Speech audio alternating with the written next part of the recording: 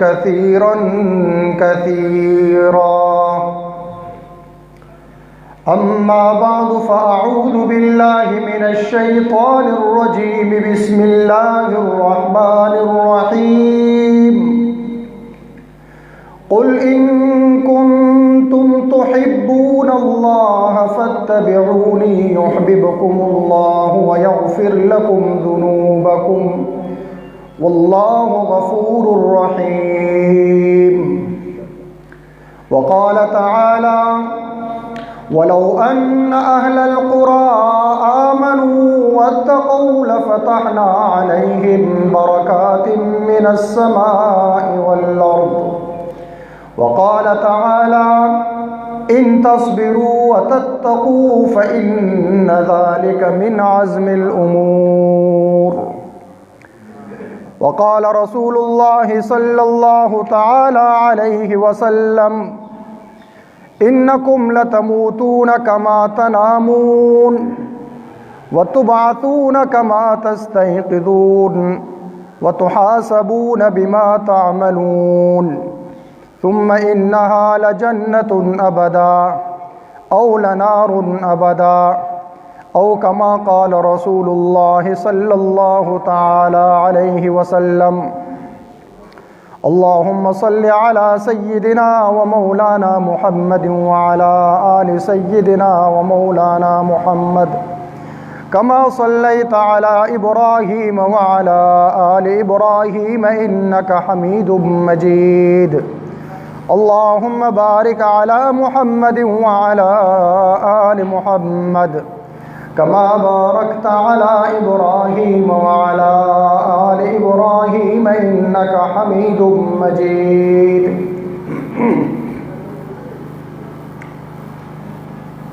मुहतरम सदर इजलास हज़रत मौलाना सरदार मोहम्मद अशरफ़ी साहब,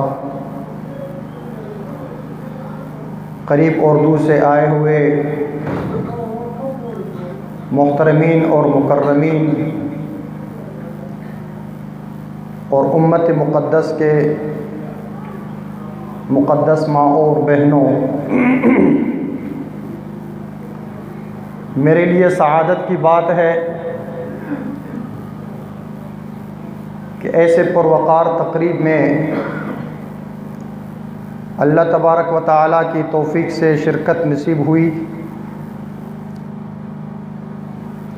ये वो तक़रीबात है कि जिसे पैगम्बर सल्लल्लाहु तआला अलैहि वसल्लम ने मग़फ़िरत का ज़रिया बतलाया है।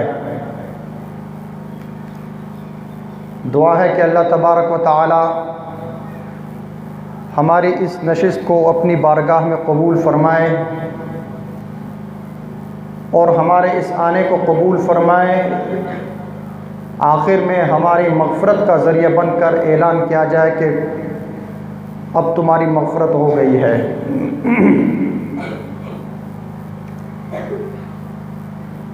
दुनिया में हक़ की अपनी मेहनत है,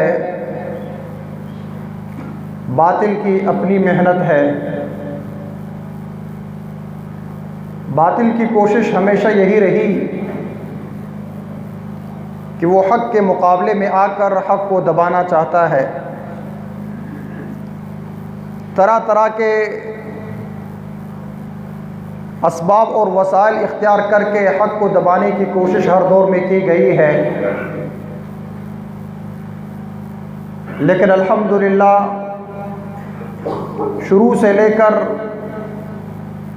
आज तक बल्कि क़यामत तक हक़ कभी दबेगा नहीं। हक़ हमेशा ऊंचा रहता रहेगा। जिस वक़्त से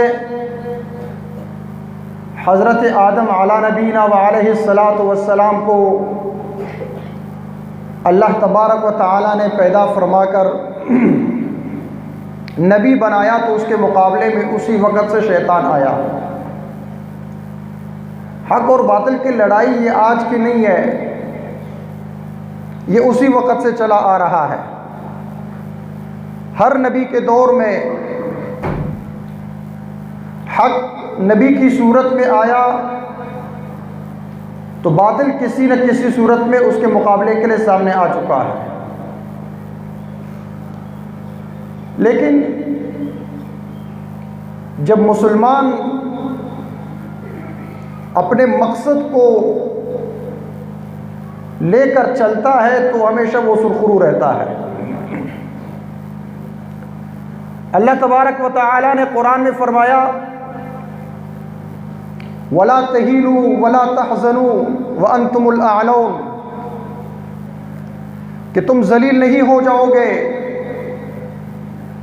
तुम गमगीन और परेशान नहीं होंगे। व अंतुमुल आलौन, तुम हमेशा ऊपर रहोगे, सरबुलंद रहोगे। लेकिन शर्त क्या है? इन कुंतुम मुमिनीन, अगर तुम मुमिन हो, तुम्हारे अंदर ईमान मौजूद है। ईमान है तो ईमान की ताकत तुम्हें हर मैदान में सुरखरू कर देगा। ईमान की ताकत तुम्हें कभी नीचे गिरने नहीं देगा। ईमान की ताकत तुम्हें कभी परेशान और ज़लील होने नहीं देगा। लेकिन अगर ईमान में कमी है तो फिर तुम ज़लील भी हो जाओगे, मुसीबतें भी तुम पर आएगी, परेशानियां भी झेलना पड़ेगा, इसलिए कि तू ईमानदार नहीं है। अब हमारे सामने दो बातें हैं, आया कुरान गलत है या हमारे अंदर का ईमान कमज़ोर है। कुरान ने तो कहा कि वला तहीनु वला तहज़नु, रुसवाई और ज़िल्लत तुम्हें कभी नहीं आएगी। लेकिन आज हम देख रहे हैं मुसलमान ज़लील है। आज हम देख रहे हैं कि मुसलमान रुसवा हो रहा है। क्यों? आया कुरान ने तो कहा था कि तुम तो सबसे ऊंचा रहोगे, हर दौर में तुम्हारा सर ऊंचा होगा। लेकिन हमें तो वो नज़र नहीं आ रहा। जहां भी देखो मुसलमान कट रहा है, जहां भी देखो मुसलमान पस्त रहा है, मुसलमान पस्ती की तरफ जा रहा है। तो इसका मतलब ये है कि कुरान सच्चा, हमारा ईमान नहीं है। कुरान ने फरमाया कि ये वला तहीनु वला तहज़नु व अंतुमुल आलौन, तुम बुलंद उस वक़्त रहोगे कि इन कुंतुम मुमिनीन, तुम्हारे अंदर ईमान मौजूद हो। एक वफ़द आया जनाब रसूलुल्लाह सल्लल्लाहु तआला अलैहि वसल्लम की खिदमत में, देहातियों का वफ़द था। क़ालतिल अअराबु आमन्ना, उन्होंने कहा कि हुजूर हम ईमान ला चुके हैं, हम मोमिन हैं। तो उसी वक़्त आप सल्लल्लाहु तआला अलैहि वसल्लम पर वही उतरी है कि आप इनसे कह दीजिए, कुल लम तुमिनू, तुम मोमिन नहीं हो, वलाकिन क़ूलू अस्लमना, तुम ये कहो कि हम मुसलमान हो गए हैं। इस्लाम ये अलग है, ईमान ये अलग है। ईमान तो अंदर की एक कैफियत है।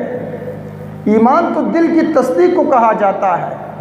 जब तुम्हारा दिल ही दिल में ये यकीन हो अल्लाह की ज़ात पर, अल्लाह के रसूल सल्लल्लाहु अलैहि वसल्लम की रिसालत पर, यौम आखिरत पर, अल्लाह की तरफ से भेजे हुए कुतुब पर, अल्लाह की तरफ से भेजे हुए फरिश्तों पर, अल्लाह की तरफ से अच्छे और बुरे के होने पर, ये अगर दिल से तुम इकरार करोगे तो ये ईमान है। अगर ज़ुबान से बोलोगे, दिल में वो चीज़ मौजूद नहीं है, तो फिर ये ईमान नहीं, ये इस्लाम है। ईमान का ताल्लुक दिल के साथ है। क्यों? इसलिए कि दिल में जब ईमान की चिंगारी जल रही हो तो कभी भी वो शख्स गैर ईमानी आदत और फितरत में नहीं पड़ता। ईमान जो मौजूद है, मशहूर वाक़या है फ़िरौन की। एक बांदी थी, उसने इस्लाम कबूल कर लिया था, हज़रत मूसा अलैहिस्सलातु वस्सलाम पर ईमान लाया था। अब बांदी तो वैसे भी कमज़ोर, औरत ज़ात है तो और कमज़ोर।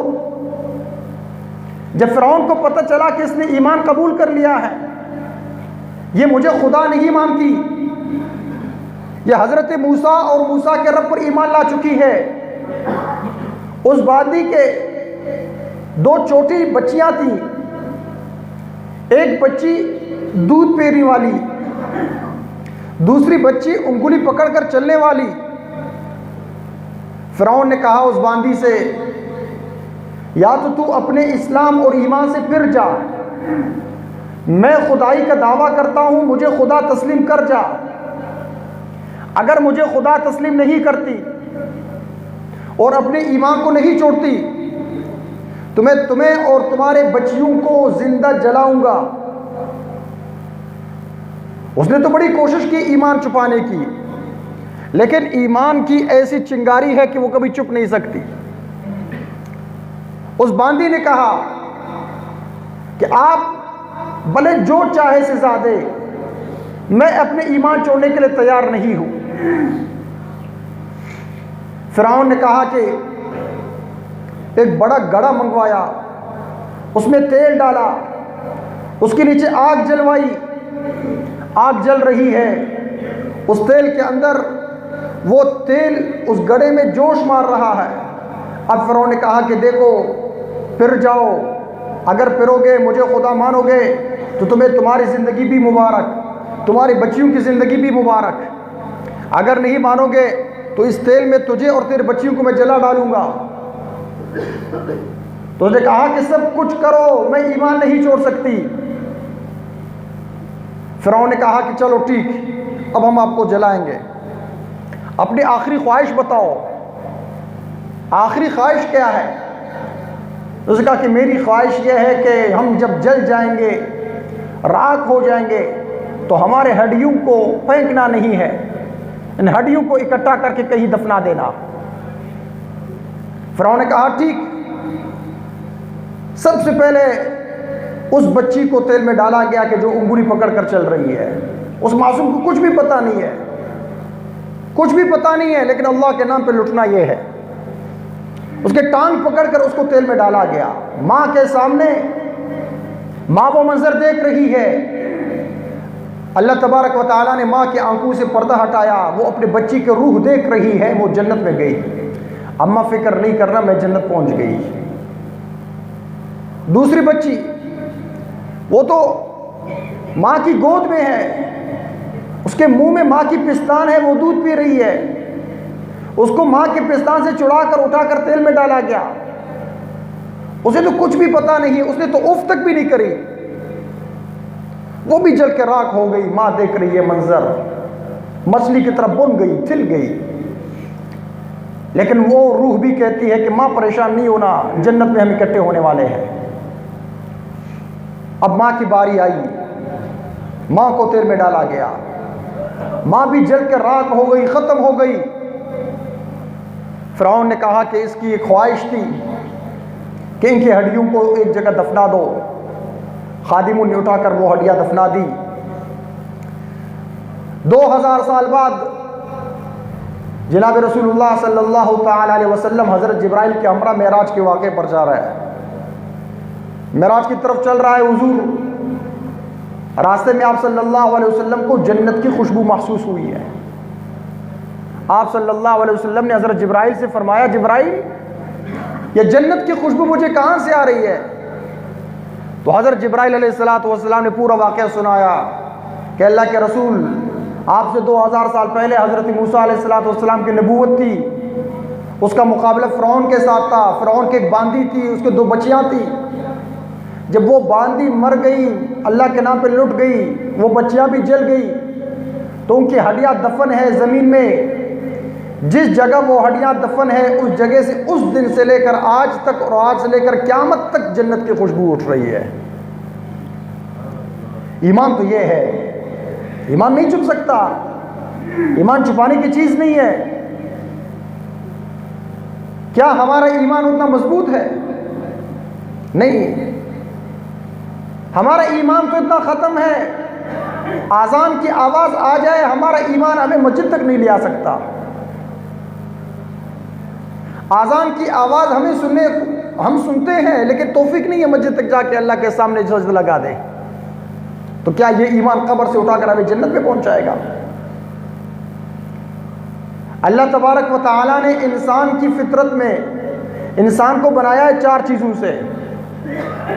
इंसान की बनावट में आग है, पानी है, हवा है, मिट्टी है। ये 4 चीज़ें अल्लाह ने इंसान के खमीर में शामिल कर ली है। आदम अलैहिस्सलातु वस्सलाम जिस वक़्त पैदा किए गए तो उसके खमीर को इन 4 चीज़ों से बनाया गया था, और ये 4 चीज़ें अल्लाह ने इंसान के ताबे बनाया है।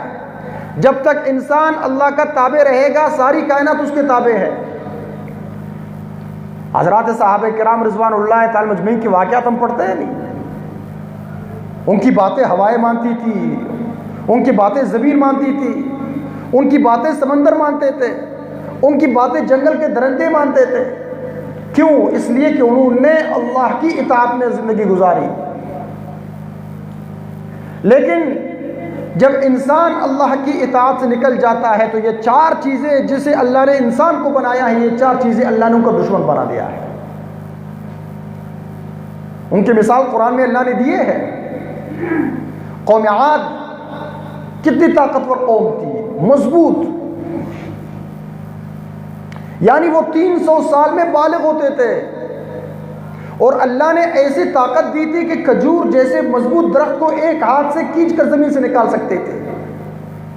ताकतवर कौम थी।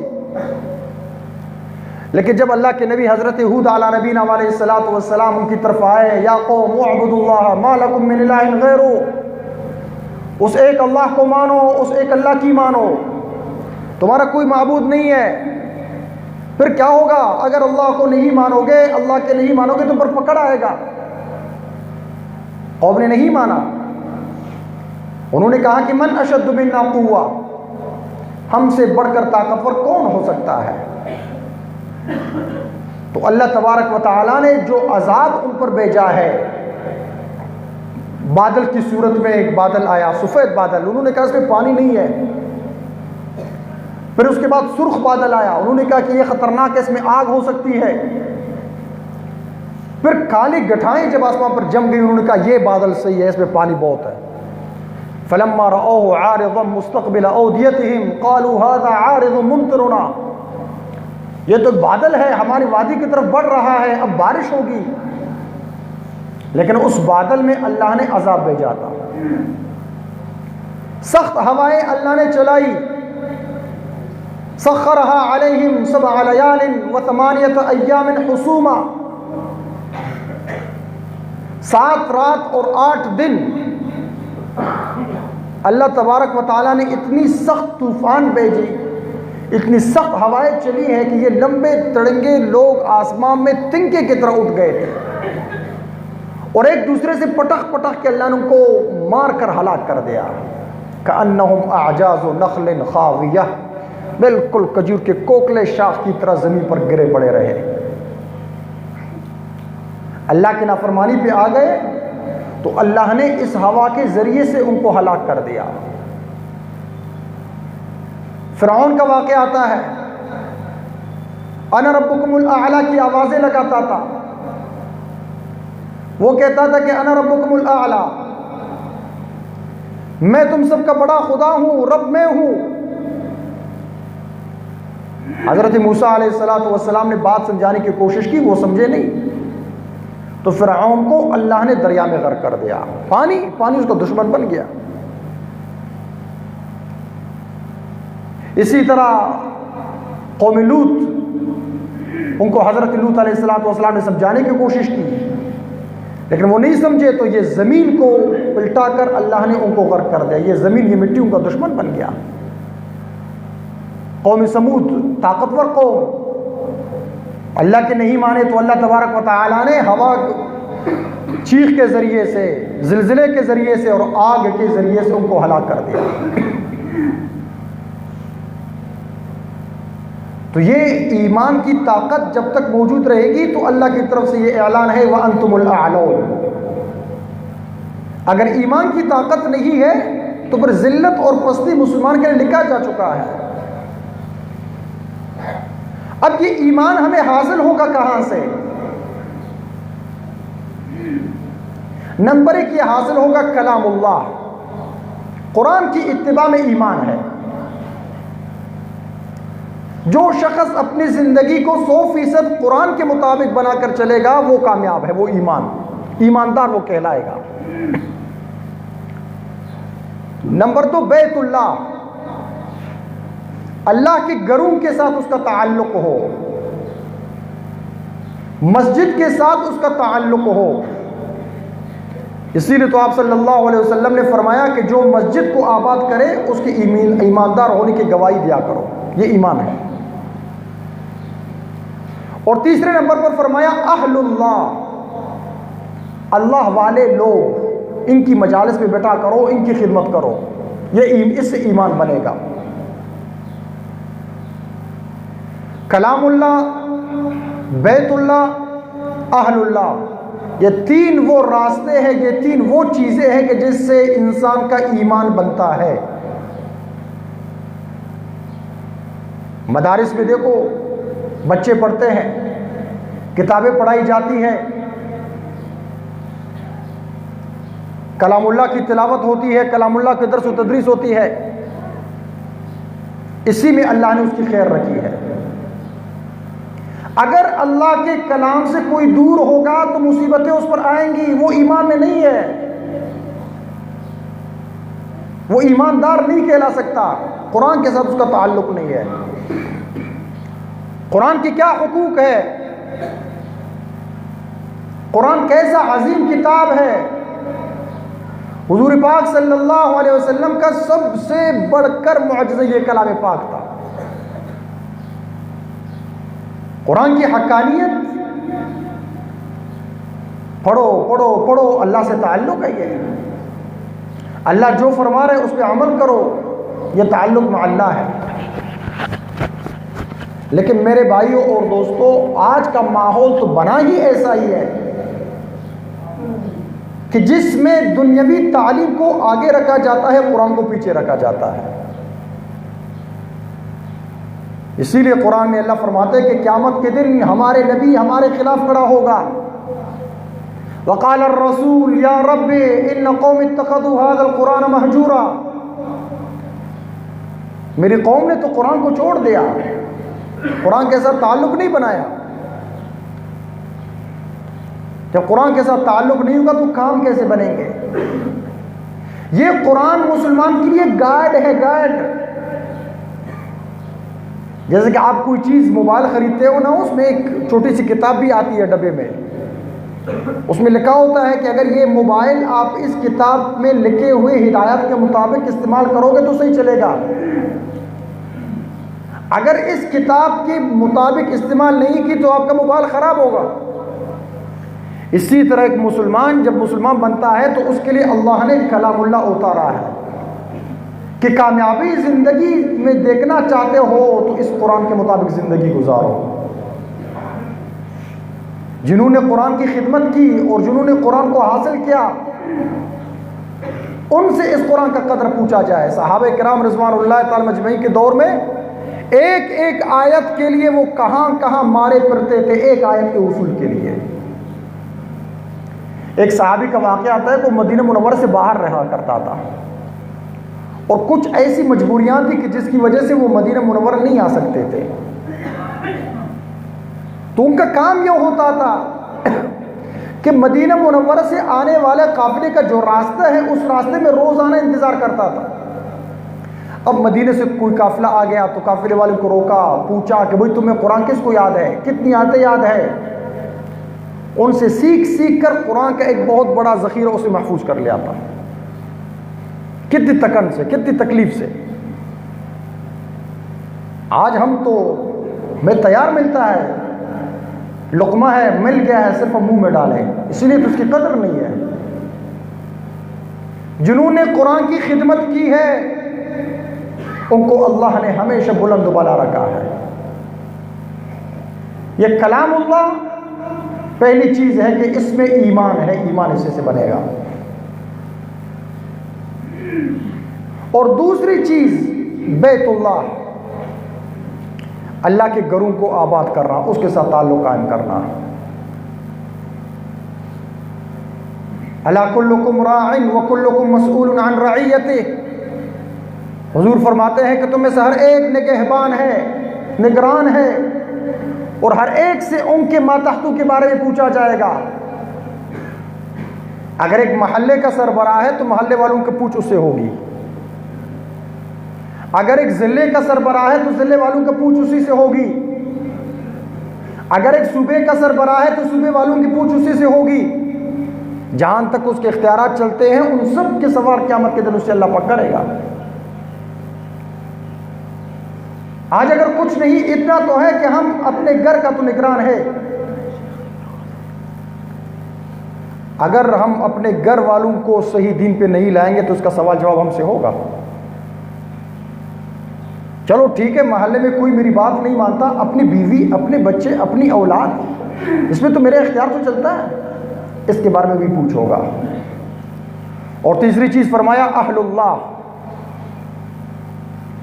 अहलुल्लाह में सबसे बढ़कर सबसे बड़ा वली, कामिल, बुजुर्ग उलमा है। उलमा के साथ ताल्लुक सही हो। जिसने भी उलमा के खिलाफ बात की, ये अल्लाह का वादा है कि उसकी नस्ल से अल्लाह पाक इल्म और हिफ्ज़ को निकाल देगा। ये अल्लाह का वादा है। जो उलमा के खिलाफ बोलेगा, उलमा के खिलाफ अकीदा रखेगा, तो उसके नस्ल से अल्लाह पाक इल्म और कुरान को उठा देगा। उसकी नस्लों नस्लों में फिर कोई आलिम और कोई हाफिज पैदा नहीं होगा। ये तो अल्लाह के चुने हुए बंदे हैं। इन्नमा यख्शल्लाह मिन इबादिहिल उलमा। जितना भी ख़त्म आलिम हो, लेकिन हमें उसके खिलाफ नहीं बोलना चाहिए।